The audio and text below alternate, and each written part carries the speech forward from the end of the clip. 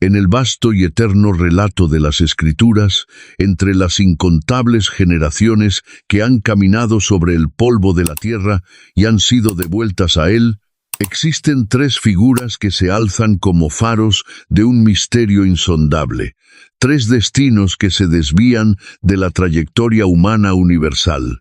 Sus historias, inscritas con tinta divina en el pergamino sagrado, susurran una verdad que desafía nuestra comprensión más profunda de la mortalidad. Enoc, el hombre que caminó con Dios hasta que ya no estuvo más, arrebatado de este mundo sin conocer la puerta de la tumba.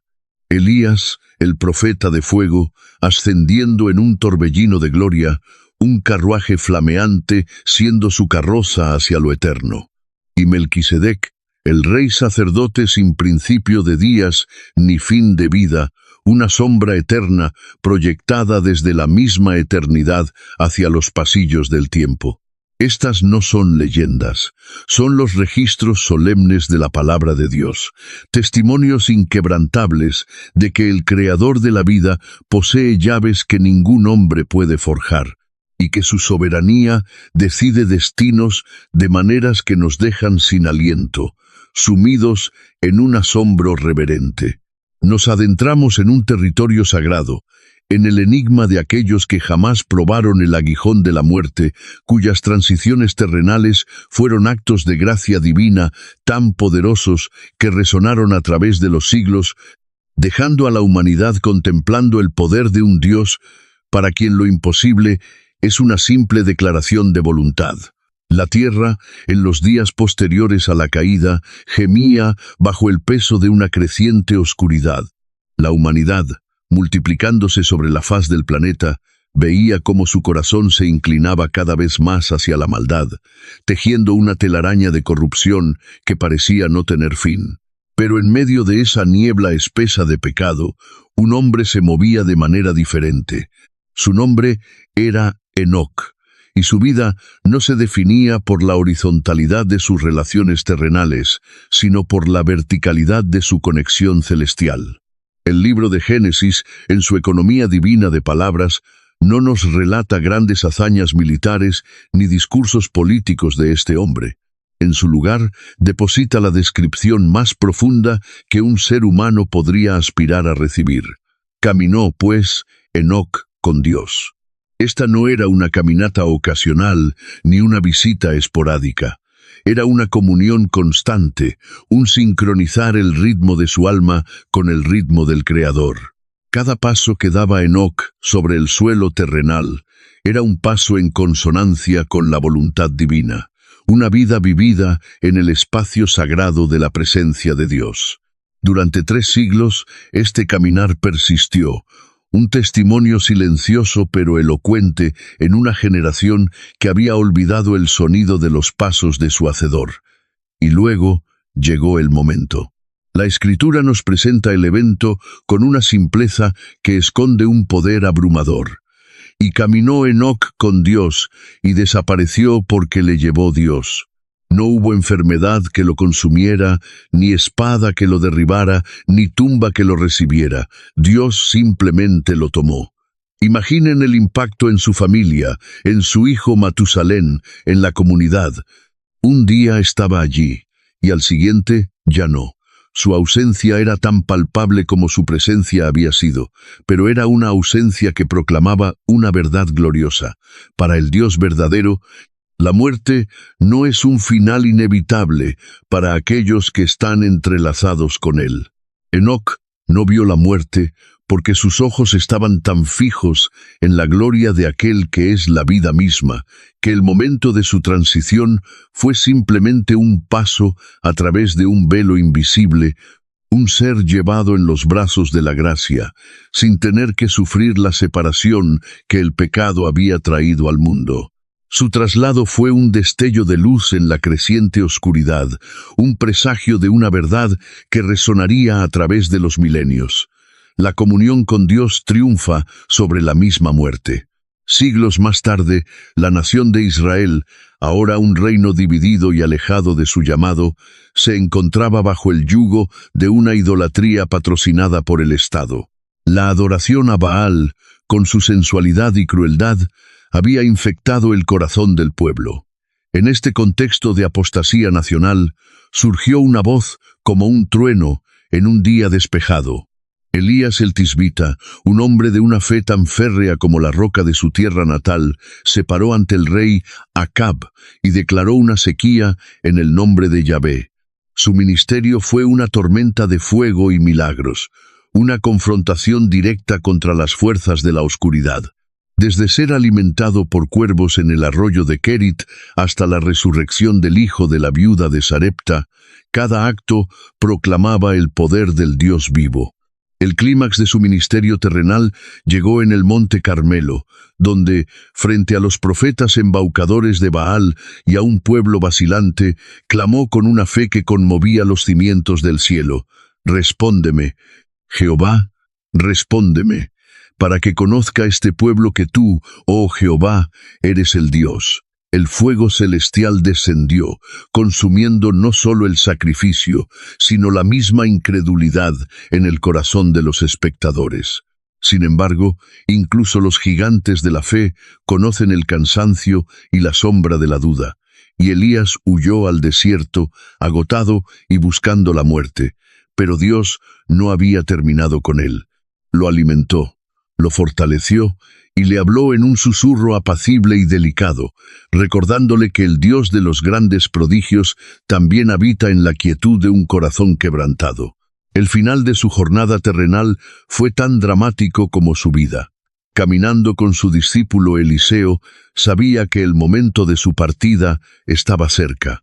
Cruzaron juntos el Jordán, golpeando las aguas con el manto, un acto que simbolizaba la transferencia de un poder y un llamado. Y entonces, mientras hablaban, sucedió. La narrativa bíblica estalla en una visión de gloria.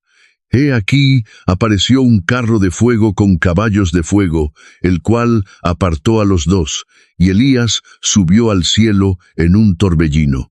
No fue un rayo silencioso como con Enoc, fue una partida visible, poderosa, un espectáculo de la gloria divina que arrebataba a su siervo.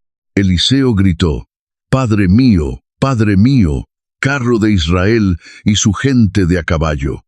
Y luego, el silencio. Solo el manto de Elías quedó, testimonio tangible de que un hombre había traspasado los límites de la mortalidad, no por su propio poder, sino por el poder soberano del Dios, a quien había servido con una devoción incandescente. Su ascensión no fue una evasión de la muerte, sino una conquista sobre ella, un anticipo profético de la victoria final que se lograría en la cruz.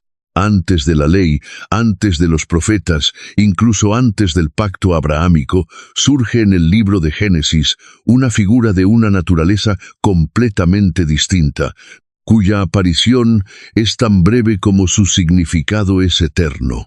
Abraham, aún no Abraham, regresaba de una gran victoria, habiendo rescatado a su sobrino Lot.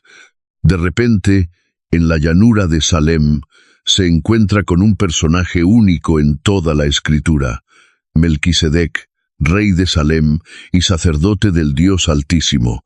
La narración no ofrece genealogía, no relata su nacimiento, no describe su muerte. Simplemente está allí, en la plenitud de su oficio, trayendo pan y vino, y bendiciendo al patriarca con palabras que reconocen la soberanía de Dios como el creador de los cielos y la tierra. Abraham, en un acto de profundo reconocimiento espiritual, le da los diezmos de todo, aceptando así la bendición y la superioridad del sacerdocio de Melquisedec. Luego, tan abruptamente como apareció, se desvanece del registro histórico. Su misterio perdura a través de los siglos, hasta que el salmista, escribiendo del Mesías prometido, proclama: Tú eres sacerdote para siempre, según el orden de Melquisedec. Pero es en la epístola a los Hebreos donde el velo se descorre parcialmente, revelando la profundidad teológica de esta enigmática figura. Se le describe como sin padre, sin madre, sin genealogía, que no tiene principio de días ni fin de vida. Esto no significa que Melquisedec fuera un ser eterno en sí mismo, sino que su registro sagrado es deliberadamente silencioso respecto a estos detalles humanos comunes.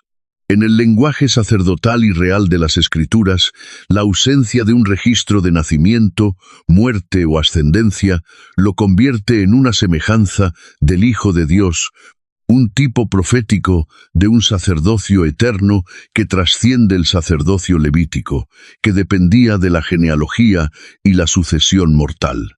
Melquisedec no murió porque su rol en la narrativa es ser una sombra perpetua, un símbolo viviente que apunta hacia Cristo, el verdadero Rey de paz y sacerdote eterno, cuyo sacerdocio no se transmite por herencia ni termina con la muerte. Su inmortalidad narrativa es una herramienta teológica diseñada por el Espíritu Santo para enseñarnos sobre la naturaleza del Mesías venidero, quien, como Melquisedec prefiguró, sería un sacerdote rey de un orden superior y permanente, un ministro del santuario no hecho por manos humanas. 3 hombres, 3 destinos únicos, un solo Dios soberano. La narrativa de Enoc, Elías y Melquisedec, aunque separadas por siglos y circunstancias radicalmente diferentes, se entrelazan para formar un cordel de verdad inquebrantable acerca del carácter de Dios y su autoridad sobre la vida y la muerte. Enoc, el caminante fiel, nos muestra que una vida de comunión íntima con Dios puede, en su soberana voluntad, ser redimida incluso del descenso a la tumba, un testimonio de que la gracia puede interrumpir la maldición. Elías, el profeta del fuego, demuestra que un ministerio de poderosa obediencia y confrontación contra el mal puede ser coronado con una partida gloriosa, un recordatorio visible de que el Dios que envía a sus siervos también los sostiene y, en el momento designado, los recibe en gloria. Melquisedec, el misterioso rey sacerdote, trasciende la mortalidad a través del silencio divino, convirtiéndose no en un ejemplo de inmortalidad física, sino en un símbolo profético perfecto de un sacerdocio eterno que encuentra su cumplimiento en Cristo. Juntos forman un triunvirato de excepción divina. Sus historias no son promesas universales de que los fieles evitarán la muerte física. Por el contrario, la abrumadora mayoría de los siervos de Dios, incluidos los apóstoles, atravesaron esa puerta. Son, en cambio, poderosas demostraciones de que la muerte no tiene la última palabra. Son destellos de la realidad del reino, recordatorios dramáticos de que Dios no está sujeto a las leyes de la naturaleza que Él mismo decretó. Él es el legislador y como tal puede suspender sus propias leyes según su voluntad perfecta. Estas 3 excepciones gloriosas señalan una verdad escatológica monumental.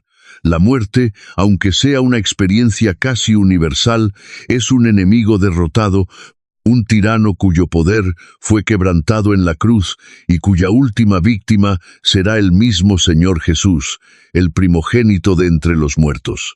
En la economía divina, estos 3 hombres son los primeros frutos, las primicias de una cosecha de resurrección que algún día incluirá a todos los que han puesto su fe en el Redentor.